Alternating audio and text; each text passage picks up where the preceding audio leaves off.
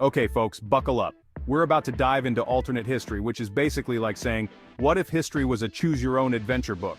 Except, with real lives and less talking cutlery. We're talking about Europe, a continent that's been through more drama than a season of Real Housewives.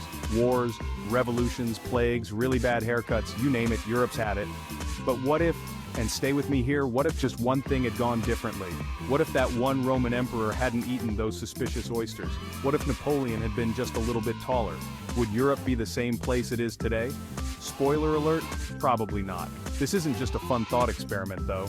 It makes you think about how even the smallest events can have huge consequences. It's like that time you forgot your anniversary, but on a global scale. So, where do we even start with rewriting history? Europe's got a lot of material to work with. Let's start with the Roman Empire. They were doing pretty well for themselves for a while there, conquering everything but the common cold. But what if they'd never fallen? Would we all be speaking Latin and wearing togas right now? Then there's the Black Death. Talk about a buzzkill. It wiped out a third of Europe's population. What if it had never happened? Would there be even more Europeans today? Would we have run out of space? Would they have finally colonized the moon just to get some peace and quiet? And let's not forget about World War I, the war to end all wars, except, it wasn't. What if someone had just given Archduke Franz Ferdinand a Snickers bar that day? Would we have been spared the horrors of 2 world wars? Would we even have Snickers bars? These are the questions that keep historians up at night, folks. There's this thing called the butterfly effect, which is basically a fancy way of saying that even small changes can have huge, unintended consequences. It's like that time you accidentally wore mismatched socks and suddenly found yourself in a parallel universe. Okay, maybe not exactly, but you get the idea. Let's say, for example, that the printing press was never invented. Now, this isn't a slight against monks and their painstaking copying skills, but the printing press was a game changer. It democratized knowledge, which is a fancy way of saying it made books available to more people. Without it, who knows what Europe would look like? Would we still be living in the Dark Ages? Would Twitter be just a bunch of pigeons carrying handwritten notes? The point is, history is a delicate flower, or maybe it's more like a Jenga tower. Remove one wrong block and the whole thing could come crashing down. And trust me, you do not want to be the one holding the tower when that happens. Okay, let's dive into a hypothetical scenario, shall we? Picture this. The Roman Empire in all its glory never crumbles. No barbarian invasions, no internal strife, just endless togas and gladiator fights. Sounds pretty good, right? Well, maybe. For starters, we'd probably all be speaking Latin right now. And before you get too excited, no, it wouldn't be the romantic, poetic Latin of Virgil. It would be the kind of Latin you use to order a pizza over the phone. Pizza magna, extra pepperoni, statum, you get the idea. On a more serious note, a never-ending Roman Empire would have had a massive impact on the development of Western civilization. Would Christianity have spread as quickly without the Roman Empire to, shall we say, encourage its adoption? Would we have seen the Renaissance, the Enlightenment, the Industrial Revolution? Or would we all be stuck in some kind of toga-wearing, Latin-speaking time warp? It's a question for the ages, folks. Section 5, Renaissance Redux, a second wind for art and science. Now, let's fast forward a few centuries to the Renaissance, that glorious period of time when Europeans rediscovered their love of art, science, and really tight pants. But what if the Renaissance never ended? What if that thirst for knowledge and creativity never went out of style?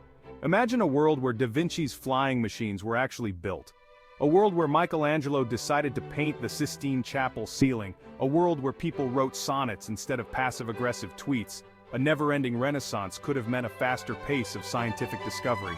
It could have meant a more enlightened, tolerant society. Or who knows, maybe we'd all be walking around in powdered wigs and ruffles, quoting Shakespeare and arguing about the finer points of astrophysics. Section 6, Napoleonic Nightmare. What if he conquered all? Napoleon Bonaparte, tiny man, massive ego, even bigger hat collection. He almost conquered all of Europe, which, let's be honest, is a pretty impressive feat for a guy who was notoriously sensitive about his height. But what if he had succeeded? What if Europe had become one giant French empire? First of all, we'd all be speaking French. And not the fancy, romantic French either. We're talking about the kind of French you learn from a phrase book before a vacation. The kind that makes you sound like you're constantly asking where the bathroom is. More importantly, A Europe united under Napoleon would have been a very different place. Would it have been a utopia of liberty, equality, and fraternity? Or would it have been a dictatorship ruled with an iron fist and a really big hat? It's hard to say for sure. But one thing's for certain, Europe's history, and maybe even world history, would have been forever changed. Section 7. The Great War that wasn't a peaceful 20th century. The 20th century. A time of unprecedented progress, innovation, and, oh yeah, 2 world wars and a whole lot of other really terrible stuff. But what if World War I, the so-called war to end all wars, had never happened? What if someone had just given Archduke Franz Ferdinand a Snickers bar that fateful day in Sarajevo? Now, let's be clear, there were a lot of factors that led to World War I. But for the sake of this thought experiment, let's just say that Franz Ferdinand really liked Snickers bars. Liked them. And let's say that someone, recognizing the gravity of the situation, decided to slip him one as he rode through Sarajevo. Crisis averted, right? Maybe. Or maybe not. Without World War I, there's no guarantee that World War II wouldn't have happened anyway. Maybe it would have been even worse. Or maybe, just maybe, the 20th century would have been a time of peace, prosperity, and, dare we say it, sanity. Section 8. Iron Curtain Up, a Soviet Union that never collapsed, the fall of the Berlin Wall, the collapse of the Soviet Union, the end of the Cold War.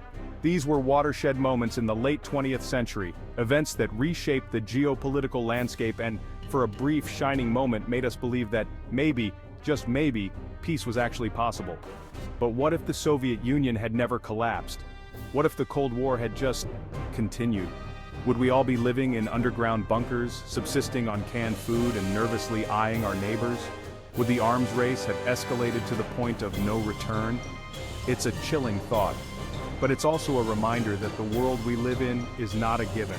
The peace and prosperity we enjoy are not guaranteed.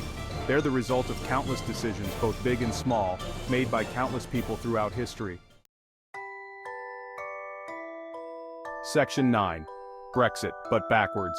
A United States of Europe? Brexit. Just saying the word is enough to make some people break out in hives. The long, drawn-out process of the United Kingdom leaving the European Union has been about as much fun as a root canal, with none of the numbing agents. But what if, instead of breaking up, Europe had decided to get even united? Imagine a world where the European Union wasn't just a loose confederation of countries, but a true United States of Europe. One currency, one army, one anthem. Probably something by ABBA, let's be real. Would it be a utopia of cooperation and shared values? Or would it devolve into a bureaucratic nightmare, with endless committees and regulations? A United States of Europe is a tantalizing idea, but it's also a complicated one. Europe is a continent with a long and often bloody history, with deep-seated cultural and linguistic differences. Could those differences be overcome in the name of unity, or would they ultimately tear the whole thing apart? Section 10, the future of Europe, infinite possibilities. So, where does that leave us? Well folks, the good news is that the future is unwritten. The bad news is that we have absolutely no idea what's going to happen. But hey, that's part of what makes history so interesting, right?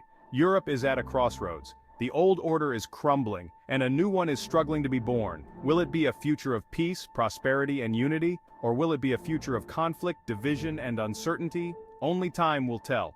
But one thing's for sure, the choices we make today will shape the Europe of tomorrow. So let's try to make good ones, shall we? Section 11. So, you want to rewrite history? Well, there you have it, folks, a whirlwind tour of what if, Europe. We've explored Roman empires that never fell, French emperors who conquered all, and peaceful 20th centuries that never were.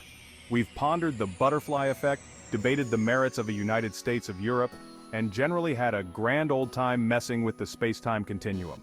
But before you go out and start rewriting history yourselves, please don't. Remember this, history may be a series of choices, but it's also a story.